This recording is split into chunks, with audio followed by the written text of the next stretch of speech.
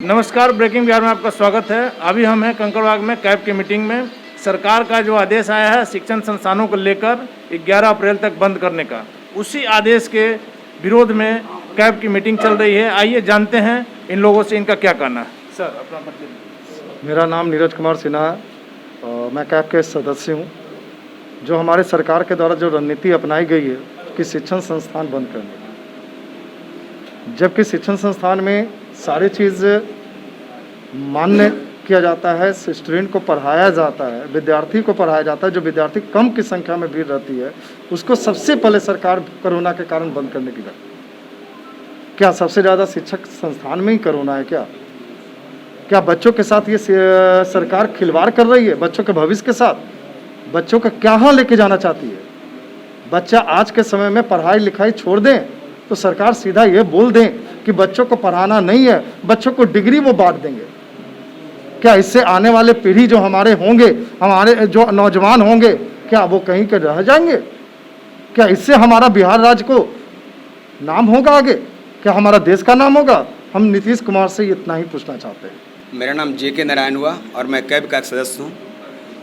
मैं सरकार से सिर्फ इतना कहना चाहता हूँ, आदरणीय मुख्यमंत्री श्री नीतीश कुमार से, कि सर हम लोग पिछले साल से ही बहुत ही इस विपदा को झेल रहे हैं और हम लोग बिल्कुल मरणासन की स्थिति में आ गए हैं।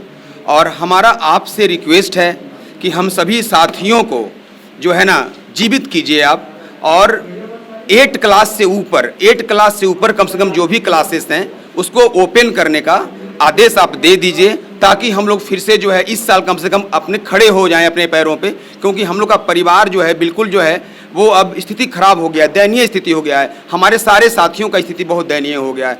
मतलब रेंट अभी तक बाकी था, बिजली बिल अभी तक बाकी था, राशन का पेमेंट अभी तक बाकी था, कुछ भी हम लोग अभी तक दे नहीं पाए हैं।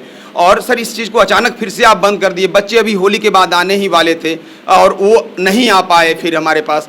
अब ज़्यादा दिन अगर लेट करेंगे तो और दिक्कत होगा हम लोग को। तो सर हमारा रिक्वेस्ट है कि आप इसको ओपन कीजिए आप, और हम लोग SOP जो भी आपका गाइडलाइन है उसको पालन करेंगे। हम लोग बुद्धिजीवी हैं, हम लोग समझते हैं कि समाज को कैसे सही दिशा दिया जा सकता है। और अगर हम ही लोग को ऐसे करेंगे सर तो फिर समाज कहाँ जाएगा, इसको आप खुद समझिए।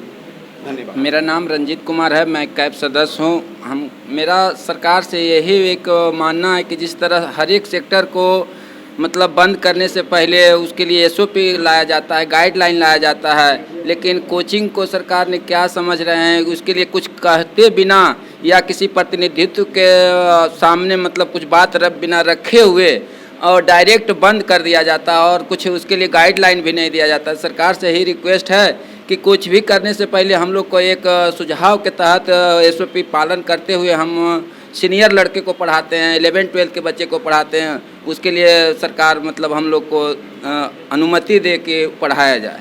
Thank you. आइए कुछ और लोगों से बात करते हैं। मेरा नाम SK सिन्हा है, मैं अंग्रेजी विषय का शिक्षक हूँ। और इस लॉकडाउन से हम लोग सारे शिक्षक समुदाय जो हैं बड़े आहत हैं।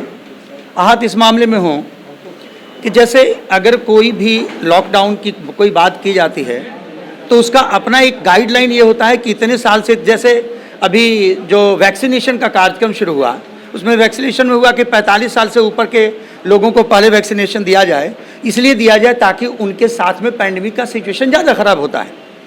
लेकिन जो बच्चे युवा हैं, जो 20 साल के बच्चे हैं, जो 18 साल के बच्चे हैं, जो 22 साल के बच्चे हैं, जो अभी 11th क्लास में 12th क्लास में जो कॉम्पिटिशन की तैयारी करते हैं, हम समझते हैं उनकी तो इम्यूनिटी ज़्यादा अच्छी है।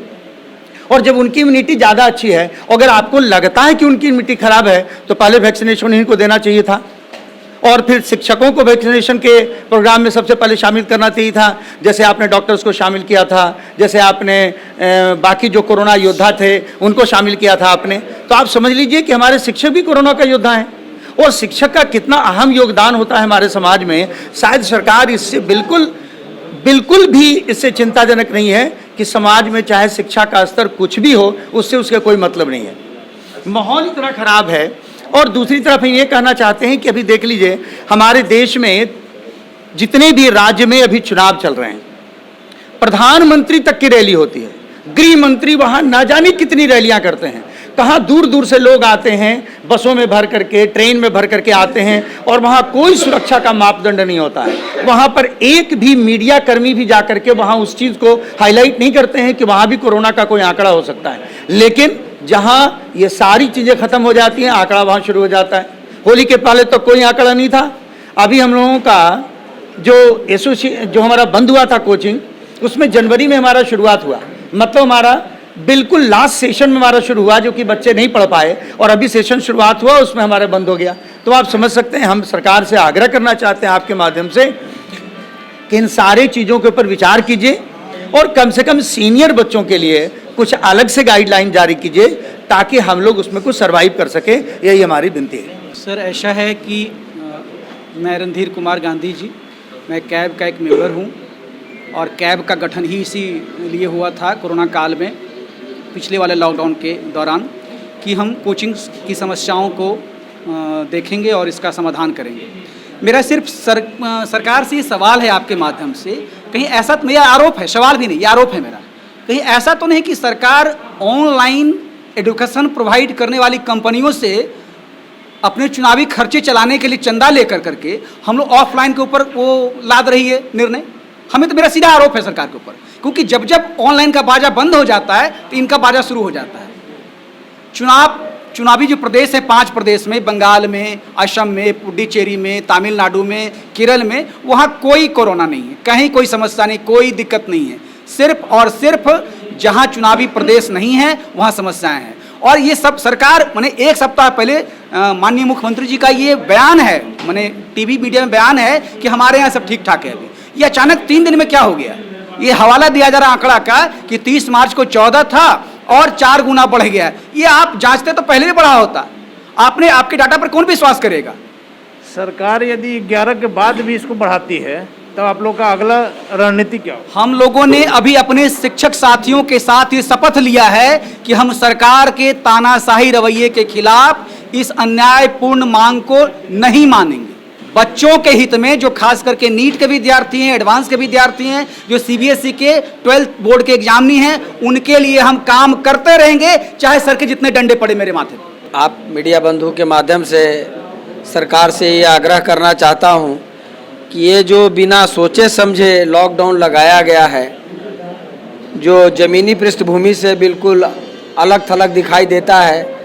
सबसे बड़ी बात है कि ये इतना बड़ा लॉकडाउन हुआ और इतना आर्थिक विपन्नता राज्य में फैली है, लोग भूखे मर रहे हैं। खास करके हमारा शिक्षक समुदाय अपने पारिवारिक घर को चलाने में आज के डेट में असक्षम है, उनके बच्चे भूखे मर रहे हैं। पढ़ाने लिखाने की तो बात दूर है, उनका इतना दोहन हुआ है। आज के डेट में ये राज्य सरकार की जिम्मेवारी बनती है, और वो भी ऐसी चुनी हुई सरकार है। नीतीश जी अपने आप को बहुत इंटेलेक्चुअल मुख्यमंत्री मानते हैं।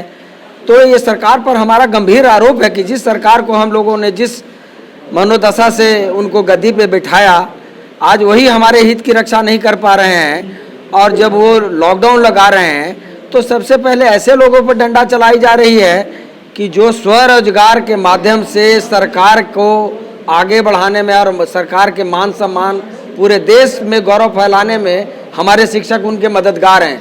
आज उन्हीं पर वो डंडा चलाने में लगे हुए हैं। आपको पता है कि हमारे हजारों शिक्षक आत्महत्या करने के लिए तैयार हैं, भूखमरी के शिकार हैं, उनका परिवार बीमार है, उनके बच्चे बीमार हैं। ये जिएंगे कैसे? तो इन सब कारणों को बिना जांच पड़ताल किए बगैर 5-7 अधिकारियों के बीच में आपको 5, 10, 20, 50 केसेस मिल जाते हैं। उसके केस के कोरोना के नाम पे पूरा लॉकडाउन लगा दिया साहब।